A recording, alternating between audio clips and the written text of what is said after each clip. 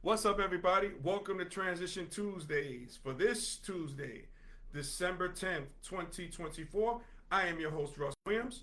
I'm so glad you could be here, ladies and gentlemen, Transition Army. I'm so glad you could be here today.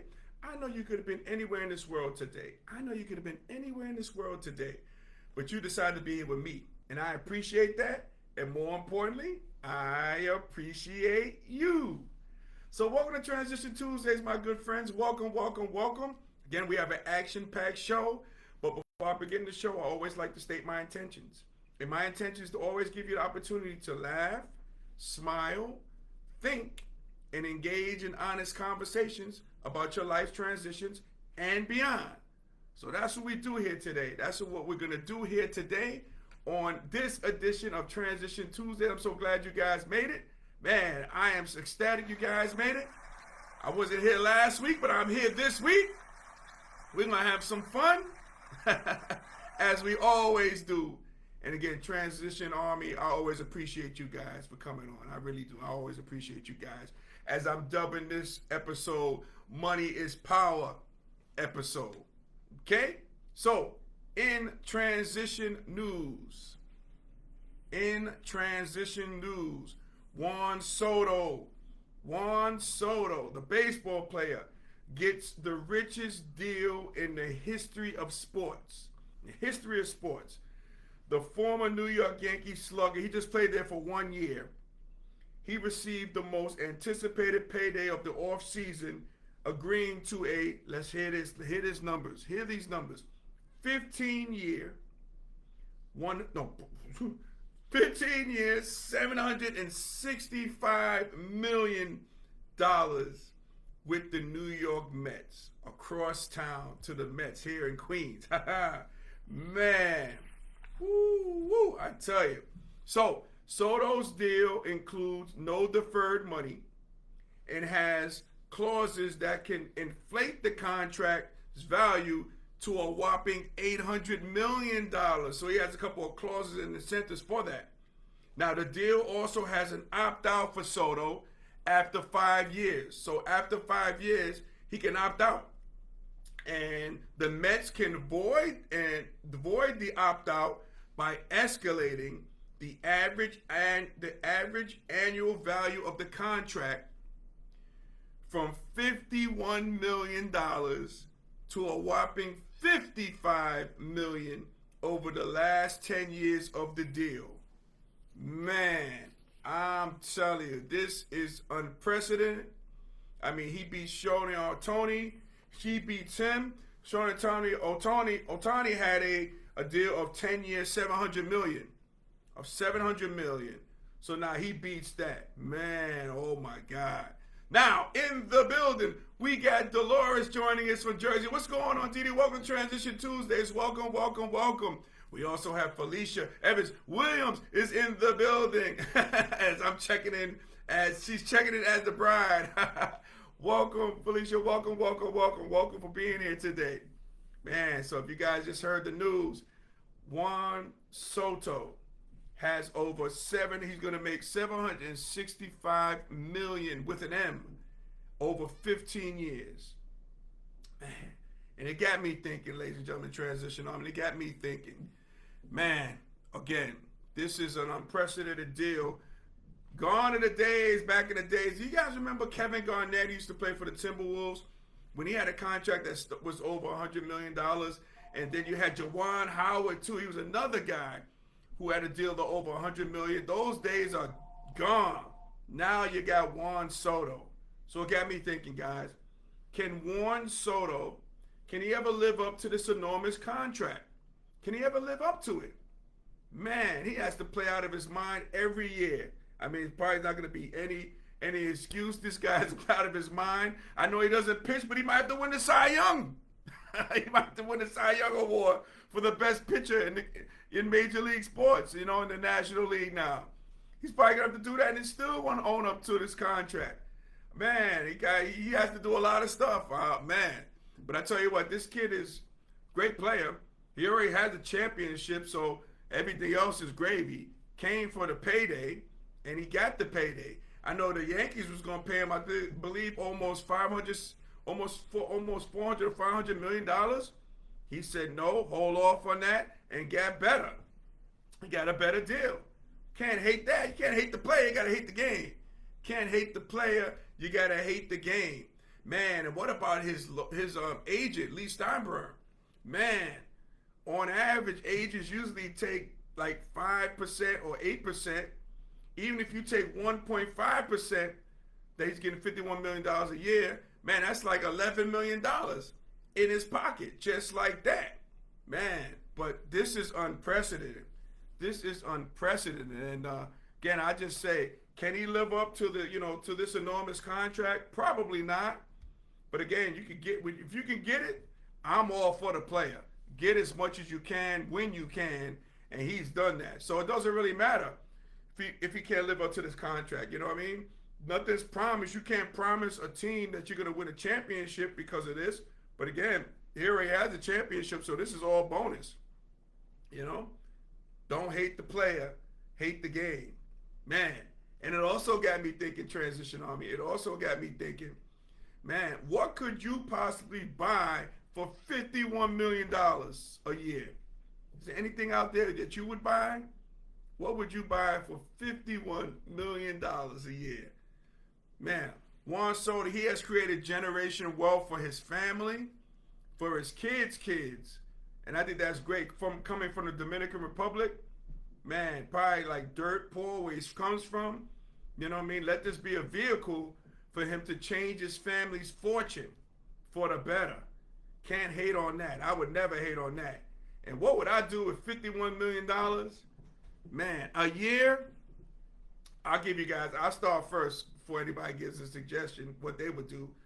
But $51 million, I would probably give back. I'd probably give a portion of that right straight up to charity first. And then I'll probably buy, I don't know, probably buy some real estate investments, some good, key investments, and go from there and just live your life. Just live your life. That's what I would do. What would you do, Transition Army? What would you do with $51 million a year? Man. And again, the contract is not deferred money. I remember there was a player called Bobby Bonilla. Maybe some people out there who are baseball fans heard of Bobby Bonilla, who was a great player for the Pittsburgh Pirates and the Mets. Well, he got paid from the Mets and he took deferred payments. And to this day, I think he retired 20 years ago, but he still gets paid from the Mets, like $5-6 million a year, because he took deferred payments. Now Soto is not doing that. Soto is taking the money straight up, so that's a cool thing. So Felicia says, $51 million, I would donate and pay expenses to assist living facilities. Wow, that's great, sweetie. That's great. That's great, Mrs. Sweetness, as I call her. That would be great. Yeah, if you can be a blessing to others, you can do that. And with that type of money, that could definitely be an honorable thing. Nah, shout out to you, Felicia. Yeah, that's what we would do, right? That's what we would do.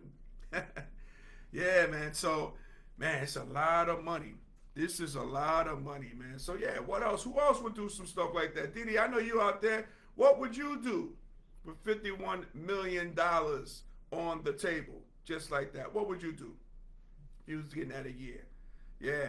Man, this really gets me thinking about processes about this, and also, here's another thing, Soto got his money, Ohtani got his money. You're going to see NBA players getting money like this too. I think Jaylen Brown, he got over $400 million. I think it was 300 or 400 million lifetime of his contract. Now, here's the deal. Here's the question. Here's the big question. Who is going to be the first billion-dollar athlete? Right? Who's going to be the first billion-dollar athlete, and what sport is that going to take place in?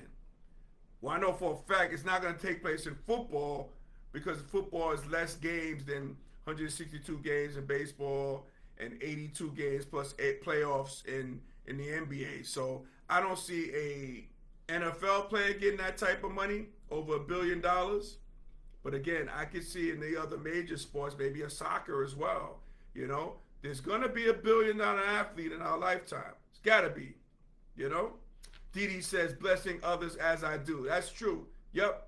I can see that. I can see you doing that, Didi, as well. I can see you doing it as well, because you know, you've been a blessing to my family as well, Didi. I just gotta let you know that. So I could definitely see you doing that as well. I could definitely see you do that. Yeah. So who's gonna be that first $1 billion athlete? Let's stay tuned. We'll find out who's gonna be that person. Yeah. It's a lot of money.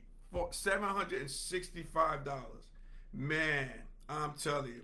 Also, Felicia also says, I would donate some to various paid and scholarships under my leadership and be part of selection process. Yeah, that is great. That is great, Felicia. Yep, absolutely. Man, that's really good. Man, super good. Yep, it's all about giving back. And when you give back and you're blessing others, you know, you too will be blessed. Twofold, threefold. You know, it always comes back to you. It always comes back to you. So I'm sure Juan Soto is going to have a foundation if he doesn't have so already, you know, about initiatives that are pour into his life and finding his community or communities. And I'm sure he's going to give back. And again, that's how the blessings work. You give to those, you know, and the blessings come back to you twofold. But again, who is going to be that $1 billion athlete? $1 billion athlete. Man, $1 billion athlete. We're going to see. We are going to see. Man.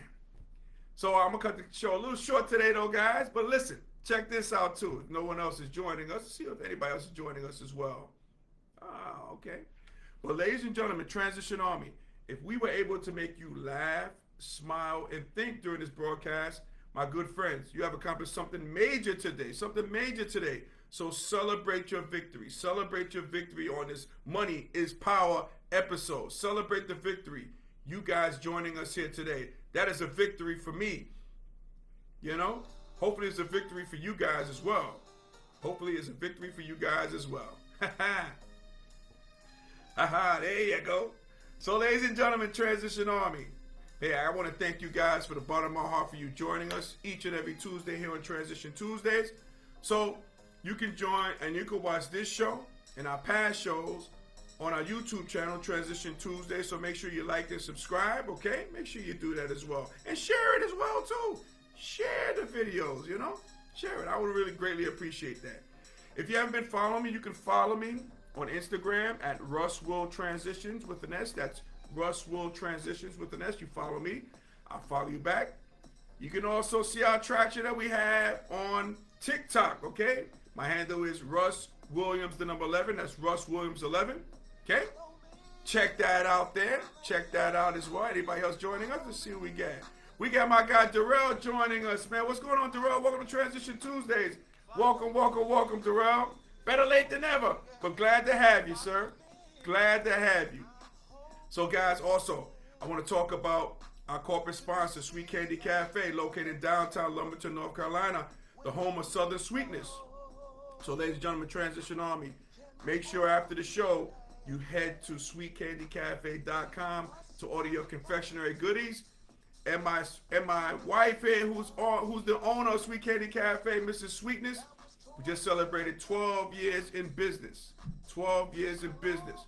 Major milestone. So make sure you go to sweetcandycafe.com to order your confectionery goodies. Your taste buds will thank you. Your taste buds will thank you. As Felicia says, sweetcandycafe.com. Make sure you head there. Okay, guys? So, ladies and gentlemen, Transition Army, as we say in party, happy transitioning, and we'll speak to you soon. Take care, everybody. God bless.